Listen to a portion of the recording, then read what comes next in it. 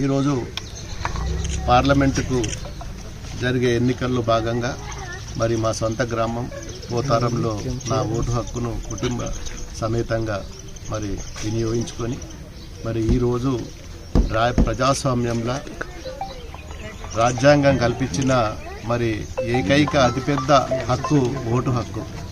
మరి ఈరోజు ప్రతి ఒక్కరు కూడా భారత రాజ్యాంగం అంబేద్కర్ ఏదైతే మనకు కల్పించిన ఈ ఓటు హక్కును అందరూ కూడా మరి సద్వినియోగం చేసుకోవాల్సిన అవసరం ఎంతైనా ఉన్నది. ముఖ్యంగా యువకులు కానీ మరి ప్రతి ఒక్క భారత పౌరుడు అనేది మరి ఈరోజు ఓటు హక్కు వినియోగించుకున్నోడు నిజంగా కూడా భారత పౌరుడు కానే కాదు. కానీ మనము ఎక్కడ కూడా చాలామంది మరి ఈరోజు గ్రామీణ ప్రాంతంలో అయితే ఎంతైతే ఓటు హక్కు వినియోగించుకుంటున్నారో మరి అదేవిధంగా పట్టణ ప్రాంతంలో కూడా మరి వినియోగించుకోవాలని చెప్పి మరి నేను విన్నవిస్తున్నాను.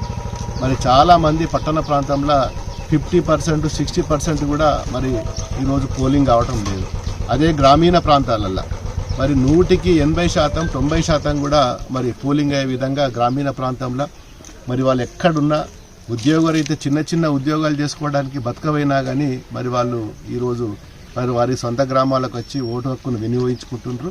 మరి అదే తరహాలో మరి హైదరాబాద్లో ఉన్నోళ్ళు కానీ నగర ప్రాంతాలు ఎక్కడైనా కానీ దేశంలో ఎక్కడైనా కానీ మరి చదువుకున్న మరి వాళ్ళు స్టూడెంట్స్ కానీ యువకులు కానీ ప్రతి ఒక్కరు కూడా మరి నిర్లక్ష్యం చేస్తున్నారు. వాస్తవానికి మరి ఈరోజు ఏదో క్రికెట్ మ్యాచ్ ఉంటే మాత్రం 100% అటెండెన్స్ పడుతుంది. మరి వాళ్ళు విహారాలకు పోవడానికి కానీ 4 డేస్ 3 డేస్ లాంగ్ వీకెండ్ ఉంటే బయటకు పోతున్నారు. కానీ మరి మా ఊరికి పోదాం, మరి మన దేశం ఏదైతే మనకి ఇంత గొప్ప అవకాశాన్ని కల్పించిందో దాన్ని మరి వినియోగించుకోకుండా మరి ప్రజలు చదువుకున్న వాళ్ళు కూడా తప్పు పని చేస్తున్నారు. ఈరోజు యూత్ కూడా తప్పు పని చేస్తున్నది.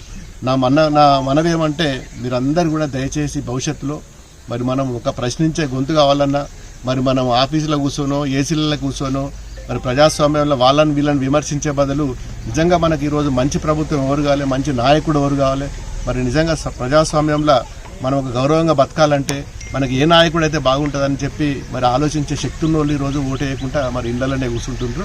మరి భవిష్యత్తులో కూడా ఇది చాలా డేంజర్, ప్రజాస్వామ్యానికి ఇది ఒక డేంజర్ విధంగా ఉంటుంది, అపాయకరమైన అతిపెద్ద మరి రుగ్మత.